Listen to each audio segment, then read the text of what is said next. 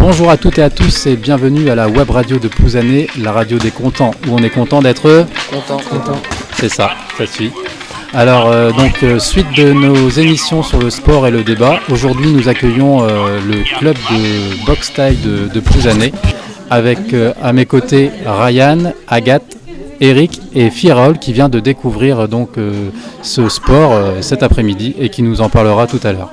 Donc tout de suite une première question pour Eric qui va avant de la répondre se présenter et peux-tu nous présenter le club de boxe taille de Plouzané et cette discipline? Donc le club de Plouzané a été créé en septembre de cette année. Il compte à peu près une cinquantaine de licenciés. Je suis également président du Muay Thai Melisa Club qui lui existe depuis 2004. C'est deux clubs différents avec c'est deux structures différentes avec un encadre. C'est les mêmes coachs et entraîneurs qui papillonnent entre les deux clubs. On est sur des horaires le lundi pour Plouzané, mardi soir pour Milizac, mercredi c'est repos pour tout le monde, okay. Jeudi c'est Plouzané et vendredi c'est Milizac. La semaine est bien chargée. Elle est bien chargée et on garde les week-ends pour les différentes compétitions parce que vu que les coachs, les 10 coachs qui encadrent les deux associations sont relativement sollicités. Les gens en semaine, donc on n'a plus d'entraînement le samedi et on a gardé ça pour les compétitions. Le week-end pour les compétitions. Ok, et des compétitions, il y en a à peu près tous les combien de temps? Des compétitions, c'est en moyenne une fois par mois. On les envoie une fois par mois, ça peut être à 2 fois par mois. Voilà. Ok. Ces compétitions sont locales ou il faut bouger pas mal pour... C'est dans un premier temps régional okay. Et après national. Ah oui, donc tout de suite, il y a du transport. Dès qu'on veut faire une compétition, c'est pas forcément juste à côté. Il doit y en avoir de temps en temps sur Brest. Il y a des compétitions qui sont sur Brest, heureusement. Oui. Donc là, c'est... Ouais, parce qu'on a donc des championnats de Bretagne, des coupes de Bretagne. On a des challenges, Nakanam-Tom, différents challenges. En fait, tout ça, c'est régional. Et après, ceux qui sont qualifiés, qui sont champions de Bretagne, par exemple, oui. Notamment, après, vont sur des déplacements sur le plan national pour aller chercher des titres de champion de France derrière tout ça. Quoi. Ok, très bien. Et il y a des championnats de zone aussi, parce que maintenant, ils sont passés, il y a les régions, et ils ont regroupé les régions en zones, de façon à que pour après les championnats de France, au niveau des championnats de France, il n'y ait plus ça permet de dégorger un petit peu le nombre de personnes sur les championnats de France. Voilà. Ok, très bien. Merci pour ces renseignements. Il y a quand même pas mal de compétitions. Oui, déjà une fois par mois, c'est déjà pas mal. Voilà. Et on tourne, juste entre parenthèses, on tourne sur la boxe thaïlandaise, K1 et kickboxing. On est sur 3 disciplines différentes. Ok. Tout à l'heure, lors de l'initiation aux découvertes, tu nous as dit les grosses différences entre la boxe thaï, le K1, full contact et kick. En une petite minute, est-ce que tu peux résumer justement cette différence le Muay Thai, quand on parle de Muay Thai, c'est ni plus ni moins que la boxe thaïlandaise, parce que dans la langue thaïlandaise, Muay, ça veut dire boxe. Donc Muay Thai, boxe thaïlandaise. Dans la boxe thaïlandaise, c'est un sport pied-point auquel on travaille les coudes et les genoux. Après, si on passe sur le K1 Rules, il n'y a plus et le corps à corps, bien sûr, il y a le corps à corps avec les différentes techniques de clinch en boxe thaï. Quand après on passe en K1 Rules, on n'a plus du tout tout ce qui est corps à corps et coup de coude. Mais on a droit à un genou et une saisie de 5 secondes. Après, quand on arrive au kickboxing, on n'a plus le droit du tout, ni les coudes, ni les genoux. Et en full contact, il n'y a plus le droit de taper sous la ceinture. Okay. Il y a plus aucun c'est dégressif comme ça. Voilà, boxe taille en haut, on a vraiment droit pas mal de...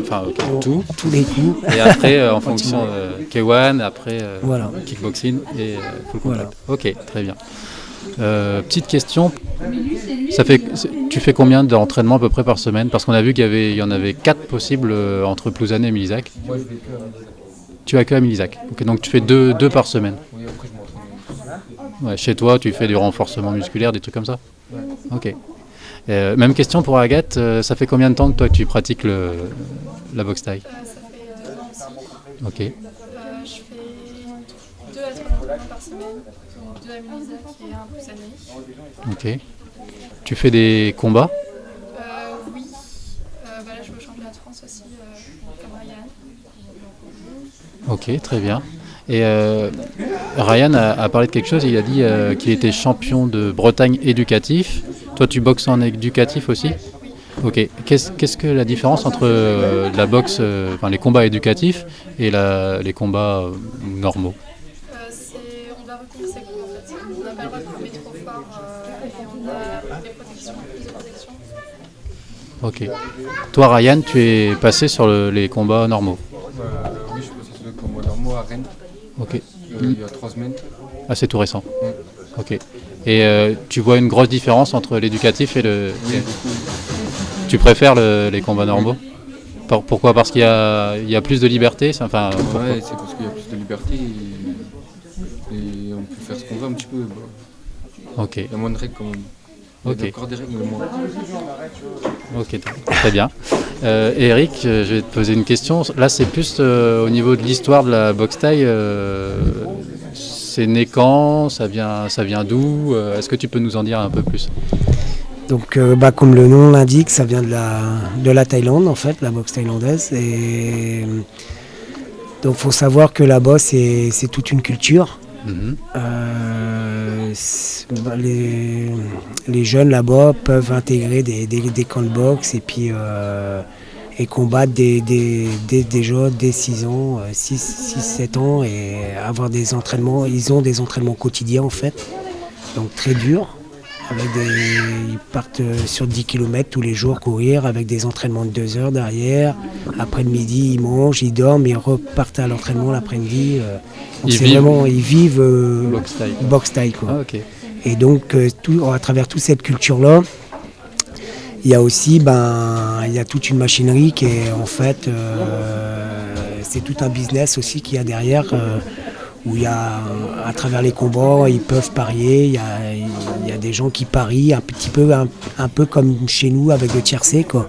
Ok. C'est une façon aussi pour certains de dégager des gains. Et donc les parieurs ou les gens lambda peuvent aller dans les camps de boxe thaï pour voir un peu qui pourrait être le futur champion de telle ou telle catégorie. Ouais, c'est ça. Ils se renseignent au maximum des boxeurs, ils les suivent et après ils parient quoi, à travers les combats, sachant que la boxe thaï c'est un peu peut-être comme le tiercé, c'est sur un coup le combat peut être perdu ou gagné. Quoi. Le gars peut sur 3-4 rounds gagner et puis sur le dernier round prendre un mauvais coup et perdre le combat quoi. Ok, c'est jamais perdu pour l'adversaire. C'est jamais tant que le coup gong n'est pas passé tant que les 5 rounds ne sont pas passés, c'est jamais gagné pour ni l'un ni l'autre. Ok, très bien, merci. Je vais passer sur Firol. Donc Firol, tu as fait la découverte de ce sport-là cet après-midi. Tu as pratiqué un petit peu avec Eric, avec Jade, je t'ai vu aussi, avec Antoine. Du coup, est-ce que tu peux nous dire comment tu as trouvé cette initiation, cette découverte de ce sport? Bien, mais j'avais pas beaucoup de potes qui voulaient bien faire. Oui, tu aurais aimé avoir d'autres personnes qui soient là avec toi pour découvrir quoi. Ouais. Est-ce que tu penses que tu avais besoin d'eux pour découvrir ce sport, c'est-à-dire d'autres personnes novices? Oui. Ok. Qu'est-ce que tu as retenu de ce que tu as vu? Qu'est-ce que tu as fait? De pas embêter Jade. D'accord, parce qu'elle boxe bien. Ouais. Jade, je crois que ça fait 6 mois, depuis que le club est ouvert ici à Plouzané, qu'elle c'est boxe. ça. Ok, très bien. Et concrètement, en pratique, des choses que tu as apprises, direct, crochet, qu'est-ce que tu as fait? Tu saurais pas me dire? Non. Non. Ok. Moi, je t'ai vu faire des enchaînements, mais après, tu sais plus exactement ce que tu as fait. Ouais. Ok, très bien. Je vais repartir donc avec toi, Eric. Au niveau des valeurs de ce sport, quelles sont les valeurs principales de la boxe thaï? Bah, le respect, on essaie d'enseigner aux jeunes le respect, un maximum de discipline aussi. Après, c'est ce qu'il y a à travers le sport, comme dans tous les sports, c'est de faire des belles rencontres aussi. Ça permet aussi socialement de rencontrer, de côtoyer des personnes. Voilà. Ouais. En gros, c'est ça, les valeurs principales. Quoi. Les valeurs principales. Le respect, la rencontre, aller vers l'autre. Ouais, c'est ça. Ouais. Ok, très bien. Est-ce que, Firol, quand on te dit boxe thaï, à quoi tu penses dans un premier temps, toi qui ne connaissais pas du tout? Qu'est-ce que ça te fait penser? La boxe déjà, c'est sûr. Oui. Thaïlande et les combats. Les combats. Est-ce que tu as déjà entendu des clichés, c'est-à-dire des choses qu'on peut dire sur la boxe thaï qui sont pas forcément très sympas pour ce sport? Non, pas trop. Non. Moi personnellement, donc j'ai entendu des clichés sur la boxe thaï, comme quoi c'était un sport violent, que certains pouvaient, par exemple, taper contre une barre de fer pour se renforcer les tibias. Et est-ce que du coup, que je m'adresse autant à Ryan, Agathe ou à Eric, est-ce que du coup vous pouvez démonter ces clichés? Est-ce que la boxe thaï c'est un sport, c'est violent avant tout? Oui, ça peut être violent, mais c'est avec des règles, quoi. Il y a des règles, il y a des protections, on est protégé, Au foot, on peut encore plus se blesser. Ouais, ok. Agathe, qu'est-ce que t'en penses, toi? Ouais, c'est ça. Au début, ma mère voulait pas que je fasse de la boxe thaï non plus, parce qu'elle dit oui, c'est violent, tu vas avoir des bleus partout, des cocards, on va devoir te mettre toujours des pantalons longs, parce que sinon, après, tu auras des bleus partout. Et en fait, non, pas du tout. Comme dit Ryan, il y a des protections, et faut faire attention. Enfin, toujours, il y a les coachs qui sont là pour nous dire non, vous tapez pas trop fort. Et comme ça, là, en asso éducatif, c'est justement, on est réglé sur on n'a pas le droit de taper trop fort, sinon on est éliminé du combat.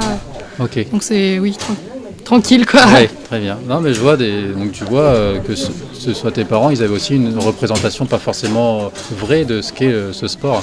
Je l'ai pu entendre cette semaine également sur le rugby, une mère qui ne souhaitait pas que sa fille fasse du rugby parce qu'elle pensait qu'elle allait être cassée tout le temps à cause de ce sport. Et donc le rugby a démontré aussi que c'est pas forcément ça, c'est pas du tout ça d'ailleurs qu'ils font dans leur activité. Très bien. Vas-y. Il y a aussi le fait que ce soit un sport de garçons. Parce que je suis une fille et je fais de la boxe thaï. Il y en a plusieurs à plus d'années comme Amélie Isaac qui font de la boxe thaï. Il y a plus de garçons, mais justement là les filles, la boxe thaï se démocratise chez les filles. Donc c'est important de montrer que les filles sont là aussi. T'as eu bien raison de le dire. C'est vrai que j'avais pas pensé à celui-là, mais c'est vrai qu'il y a beaucoup qui pensent que comme beaucoup de sports de combat ou de sports peut dire des sports de mecs, et non, il y a beaucoup de filles ou de femmes qui s'y mettent. T'as eu bien raison de le dire. Très bien. Est-ce que vous avez envie de me parler de quelque chose sur votre sport, quelque chose qui vous tient à cœur particulièrement, et pourquoi vous avez cette passion pour ce sport? Eric ou Ryan ou Agathe, comme vous voulez. Pourquoi vous faites ce sport ou quand vous l'avez découvert, pourquoi vous continuez du coup dans ce sport? Parce que du coup, pourquoi ça vous plaît, quoi? Moi, je pense que la majorité des personnes, on est à peu près, il y a 120 licenciés à Milisac, il y a une cinquantaine sur Plouzané. La majorité des gens qui viennent s'inscrire vont, dans un premier temps, pour la majorité des féminines, c'est pour le sport, pour le fait des exercices physiques qui sont relativement durs. Et c'est une façon pour eux aussi de garder leur ligne. Justement, il y a quand même énormément de féminines qui font ça pour perdre du poids. Ah oui. Ouais, qui choisissent ce sport-là et qui restent dans ce sport-là avec des objectifs de perdre du poids et de garder une ligne et se refaire une santé à travers. Donc on peut le pratiquer en loisir, Et là, il y a énormément qui travaillent en loisir. Et après, on a aussi des parents, beaucoup de parents qui viennent me voir et qui voilà, mon fils, il est trop réservé, il a besoin de prendre confiance, c'est une façon aussi, et le fait on a vu avec Mathieu certaines personnes que vous avez vu tout à l'heure s'entraîner, là, qui fait de la boxe, Mathieu depuis 4-5 ans, c'est quelqu'un qui, chez nous, la première année, je sais même pas s'il parlait à quelqu'un dans la salle, les 6 premiers mois, très réservé, très réservé, et maintenant c'est quelqu'un qui a une certaine maîtrise de ce sport-là et qui s'extérieur. Voilà. Et on a l'opposé aussi, où les parents qui viennent avec mon fils. Il est hyper actif. Il tape sur ses petits frères, il est hyper actif. Et donc nous, on fait un gros travail sur le gamin en lui disant que maintenant qu'il a une licence chez nous, qu'il faut savoir qu'à partir du moment où il y a une licence en boxe taille, ou dans un sport pied-point, que ça pas devant les tribunaux, c'est comme si on avait une arme blanche à partir du moment où on agresse quelqu'un, quoi. Donc, et généralement, une fois qu'on maîtrise bien ce sport-là, généralement on fait demi-tour et on fuit les problèmes, quoi. On n'a pas, donc il y a différentes portes d'entrée pour il y a différentes portes d'entrée. Ouais. Et après, on y reste parce que du coup, on retrouve ce qu'on recherche, quoi. Et souvent, il n'y a pas d'âge. Il y en a beaucoup. Enfin, il y en a sur Mélisac où la moyenne d'âge est un peu plus élevée qu'à plus années, là. Mais il y en a beaucoup qui le font à 40, 45 ans, 50 ans. Moi, je donne des cours à tout niveau social. Enfin, voilà, c'est... Ok. Pas de... Très bien, merci à tous, merci Eric, Ryan, Agathe d'être venus cet après-midi pour montrer votre sport. Merci à Firol d'être venu également à la radio. Et donc je vous dis à la prochaine sur la web radio de Plouzané. Merci. Merci beaucoup.